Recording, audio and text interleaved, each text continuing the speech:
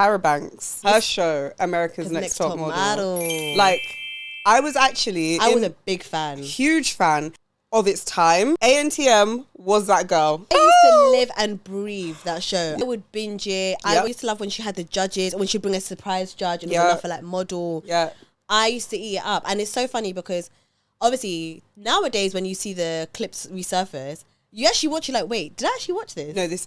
Back then, you just needed to be slim. Mm-hmm. It didn't matter how thin your waist was. Mm-hmm. You just needed to be straight. Slim. We want to see rib cage. Yeah. We want to see clavicle. Yeah. Okay. Yeah. We don't want to see chest. Just nips. A deep chest. A deep collarbone. Deep collarbone. Yeah. A rib cage. Yeah. And a little wrist. If you had that little bone, that little bone would take you far. I've just had a memory unlocked. You just saying wrist. My sister used to do this thing where she would like compare your wrist to see whose bone was popping out. Crazy. But this is not from her own crazy. This is from what she was seeing of the time. Like, I think there might have even been like a magazine article about it. And let us not forget when Special K was telling us that their diet was the way to go. Yeah. 2 bowls of cereal. Okay.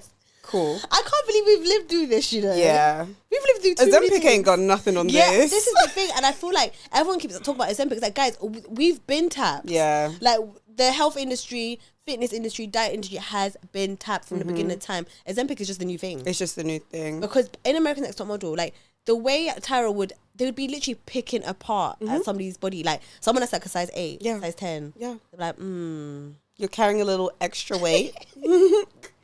I think at one point they would, like, you know when they used to go on like their go-see. So I watched like an episode today, like, seeing them pulling out tape measures and you know, I think there was one episode, I don't know if I might be making it up, like, you know, cast me out if I am, but I feel like there was an episode where there was like a designer that they went to go and see was putting his hands around the model's waist to see whether his fingers would touch. Yeah, I think I remember this. And I'm just like, huh? And I'd be sitting there eating my crisps, watching it. And you're thinking, but you don't realise the programming that's going on in your head, because 100%, the fact that the plus size models were anything from, like, when we were talking in sizes, by the way, we're talking UK sizes, the plus size models were anything from like a size 8 to like a size 12 at an absolute push. Yeah. 12 was even Tyra saying, my baby girl, like, this might not be the industry for you. I think we even saw much 12s. I feel like it was 10 at the like max. 10, size 10 was their plus size. Yeah. And I just think, we were how old? Maybe like 8, 9?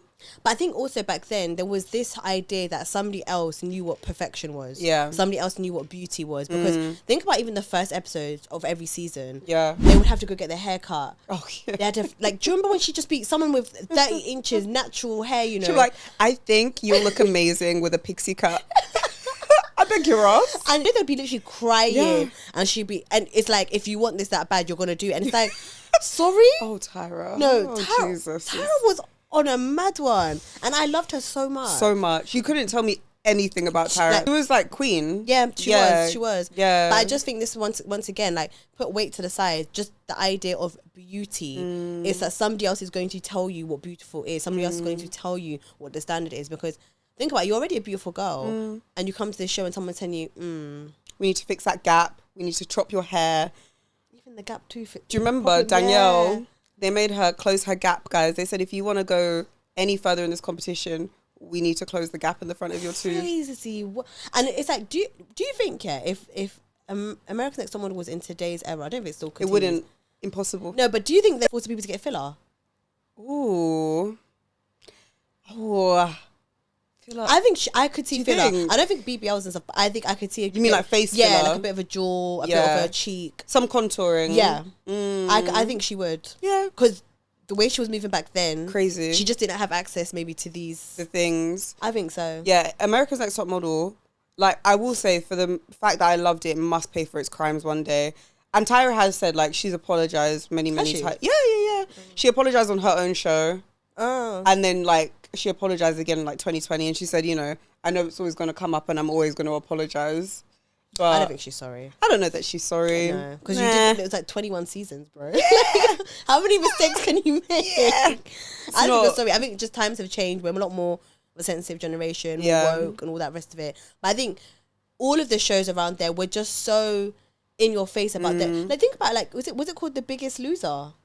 The big. Oh yeah, it was The Biggest. Yeah. The Biggest Loser. That was the American one. They tried to bring it to the UK. Yeah, The Biggest Loser. Yeah. Super size versus super skinny. You are what you eat. By